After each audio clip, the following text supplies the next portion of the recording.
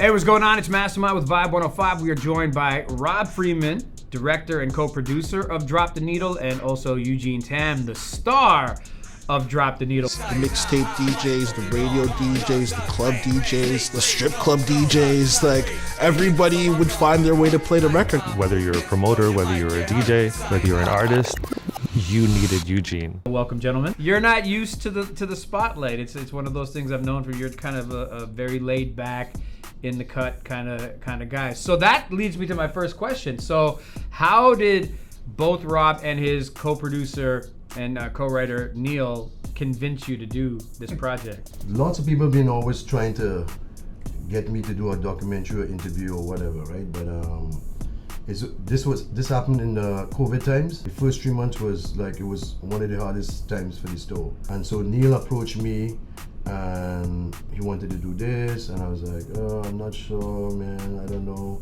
And then he brought Rob, and Rob talked to me. Rob kind of convinced me that maybe it might be good for the store, because at that point I was not too sure what I was going to do, because like, I don't know how this pandemic was affecting like in the next few years or whatever, right? So I thought maybe I might have to close the store. And then after that I just said, okay, cool, let's try it out, because I just wanted to extend the life of the store. Right, it's always about the store. It always has been. About the store. Right. So Rob, so the question for you then is, you and Neil, before approaching Eugene, how did the idea and the concept of doing a documentary about a record store, A, and B, it being Played a Record, come to be? Well, beforehand, me and Neil have been trying for a very long time to make something. Producing little stuff, editing here and there. But we had an opportunity to do something real. Actually, what happened was a couple years ago, the Toronto Raptors won a championship. Okay. Big moment for the city. Yeah. I wanted something to do for editing purposes, so I made a 2-hour season in review of the Toronto Raptors championship win.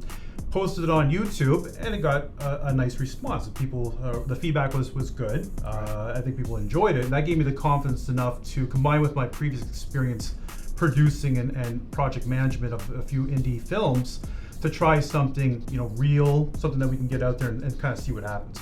I grew up with Neil. We grew up in Kingston together. We've been trying to do this for a while, so it was just natural for me to go to him and say, Neil, let's give this a shot. I was thinking something sports related because of what I had done previous to that. Right. But I said, Neil, what do you think? What should we do? And he said, Played a Record.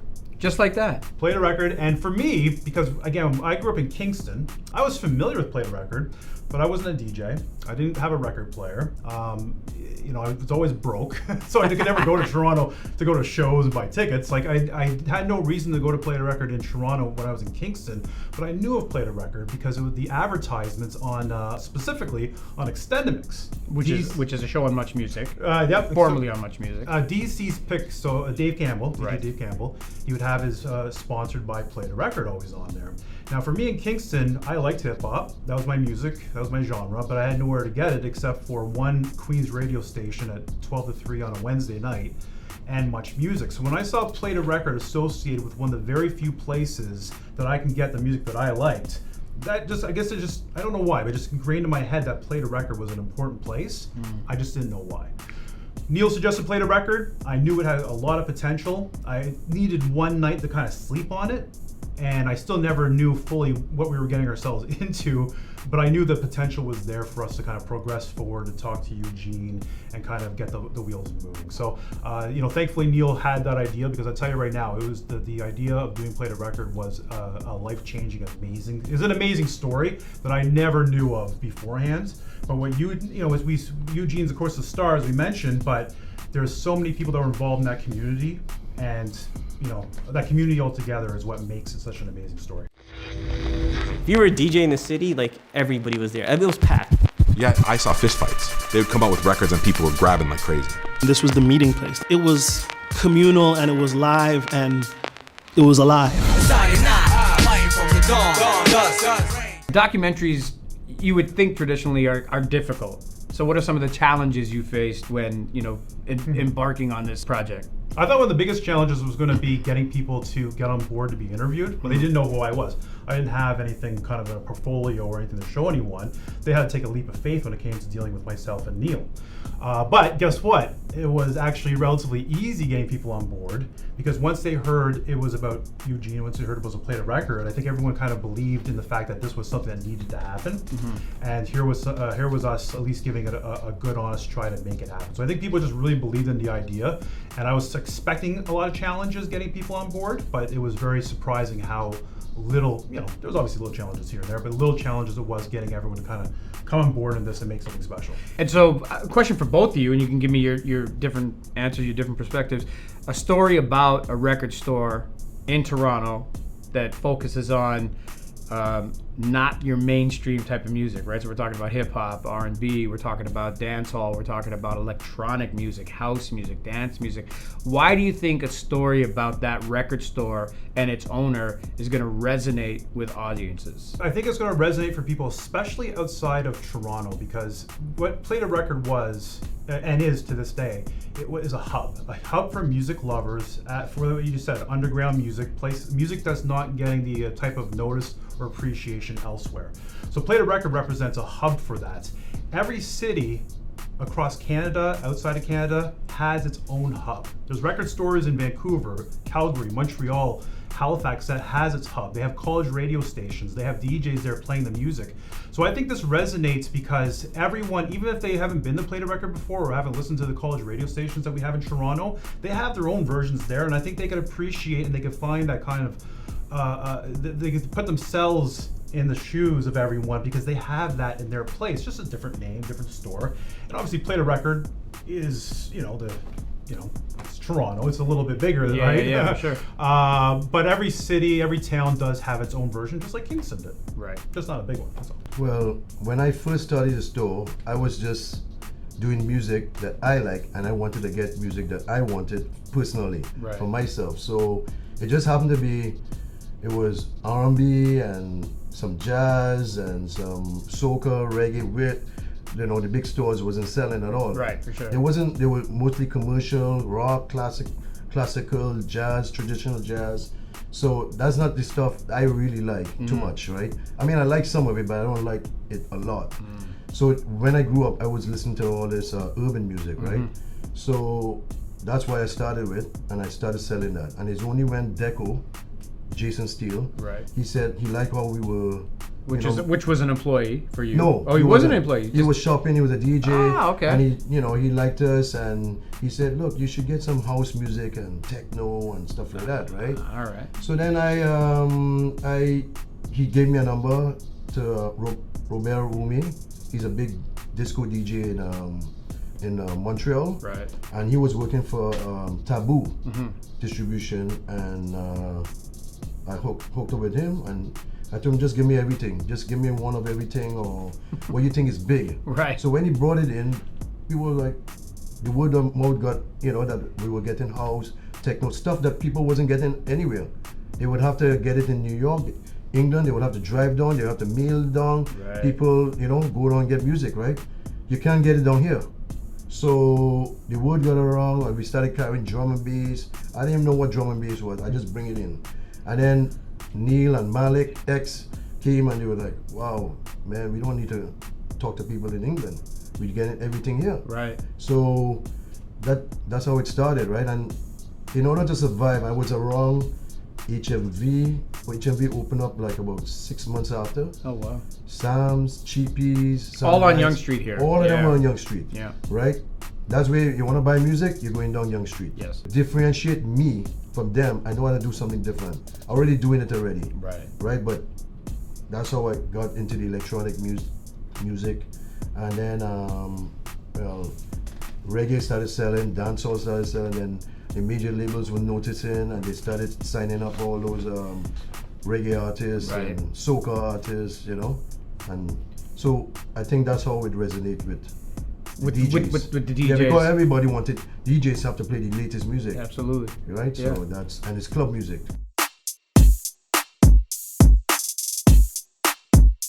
So let's talk about the music then for a second. Maybe you can walk us through the history of underground music that came through Play the Record. and helped propel Play the Record to be the top, destination spot for DJs, not only in Toronto, but arguably across the country and arguably North America, and maybe even bigger than that. Well, like I said, I started carrying those kind of music that was underground. And then I just trying to get the latest with the guys that was working, Peter Tyrone Shams, Jason, Colin Francis, Juggy, all these guys, Marcus, Frankie Guns. They're hungry too. They just want to get the latest music, because everybody knows if you get the latest music, then you get your gigs, Right. If you don't get the latest music, you finish. Okay. Right? So we try to get that, and then slowly the big DJs coming in, Chris Shepard, you yourself, but you already getting records already. You was already getting hooked up already. A little bit. UX and those guys. And then Deadly Headley, David Ahmad, Right. Ron Nelson, Yep. those guys, they started coming to me and say, hey, you're getting the latest stuff, but they want me to sponsor the show, so I would give them records, or they could use some of the records. Yeah. And that's how we got, I think a big part of that, if you think about it, is you're known as the spot. And if the known guys are going to the known spot, that's going to translate to the non-known guys. Be like, this is the only place I have to be. And it's so, from a marketing standpoint, making sure you're connected with the right DJs, or making sure the right DJs are connected with you, is always going to translate into a bigger picture. Right. And then plus we were carrying a lot of different genres. A lot of stores don't carry what we carry, right? Yes. Like the electronic side, the urban side, Yeah. And so you could just come pick up everything that was big. Right. You know what I mean? And then the big DJs started to come from outside, around Canada. And then when there was raves and parties and concerts, on Sunday, we'll see all those guys coming in. Crazy. Yeah, so then they just, come early, 9 o'clock, before everything gets sold out. So Labor of Love, I think 2 years to finish it. 2 long years. Yes, it was 2 years and a little bit. Yep, it went by really quickly though. Shockingly enough, it seems like the weirdest thing, honestly, is that I met all of you 2 years ago. Right. But I saw the footage every single day, so it's like I knew you all, and I had to remind myself they haven't seen me in 2 years. Right. So when I see them, they might not even recognize me or whatever the case may be. But I have been watching this footage for so long that I felt like, based on that aspect, I knew you guys so well. So it's been a little bit of an interesting 2 years for sure. And I imagine, over the 2 years, with the amount of people you spoke to, how much footage you had, and you had to, I think your final runtime was just under 2 hours. An hour and 50 minutes. An hour and 50 minutes. You had a theatrical run during a doc series in Toronto, I think in October. Did you get the response you were looking for based off of what you feel you put out there? Did it do what it was supposed to do from the audience perspective? Yeah, it did. It did. I was very happy with the response. Yeah. And the 2 years, the one thing about the 2 years is that I did have a level of optimism throughout the entire time period, which helped me kind of push through any kind of obstacles. You always have the days or weeks where doubt and lack of confidence will hit you. Right. But I think once I realized the story, and I understood that the story is a really great one, and I understood that we have people on camera that have good, I hate to use the word characters, but for lack of better words, characters. We have great characters involved in the story. Once I knew we had the story and the characters, and I was confident in my ability from previous experience as a storyteller, I had a level of optimism going forward, and the premiere that we had a little while ago certainly kind of lived up to that optimism. Right. I thought it was, the way I describe it, people have asked me, and my description of it in the short form is that it's a love letter to DJ culture from the city of Toronto and this record store. Yeah. The one thing that I knew, when we go back to the question about resonating with audiences, is when you released the first trailer, which I think was like a 2-minute trailer or something along those lines. And it just kind of went nuts. Like, people went crazy for it. Yeah. Part of it could have been the nostalgia of that era. Another part of it could be just people who have memories about this record store or personal memories with Eugene. But I knew when I saw the trailer that there was something special there. Yeah. And so with the the screenings out of the way, you're now focusing on everybody being able to see Drop the Needle and video on demand. Why don't you tell us about that? Well, it's important, for people. Again, I came into this situation knowing a little bit about Play the Record, but not knowing much. And I learned so much from it, and I think and I've learned that it's an amazing story. So this is now the opportunity for people that are not able to catch it in theaters to be able to see it at home and kind of experience the story themselves. Right. This is a piece of Canadian history. For sure. What was the commercial? The Heritage the moment? Heritage, yeah. Yeah, Someone did that in the trailer. They put the Heritage thing with, I think it was Eugene, I can't remember who it was. Okay. But it was something with the Heritage moment. It might have been you, actually. No, I don't think I was in there. I can't remember, but someone did that Heritage moment thing, and that was like, yeah, I mean, it's amazing. That's what this is. This is like, every little commercial you saw on CBC back in the day, all those Heritage moments. Right. This is the exact same thing. It's just that it doesn't get the love for the same reason why the music didn't get the love. Right. It's underground music. It doesn't get love on a mainstream level. Yeah. Right. But the story is an amazing story, and I think that once people give it a chance, they're going to be really captivated by it. Even if they don't love the music, doesn't matter. It's still a great story. Yeah. So the video on demand is going to be a really great opportunity for people to be able to catch it. Maybe, if they're unsure about going to a theater to see it, they're going to be able to watch it at home, check it out, experience it for themselves, and see what's kind of been tucked away to a certain degree in the history of this city, but such an important part of the history that should not be tucked away. Right. And so how would people be able to get details about doing video on demand or finding video on demand for the movie? The best way is to actually follow, like on Facebook, Instagram, and Twitter, following Canterbury Crescent Filmworks. That's something, my social media platform. We keep everything up to date. And the other thing I try to do too is, because it's only an hour and a half or hour and 50 minutes for the movie, sorry. Right. There's a lot of people, places, events that we didn't get into.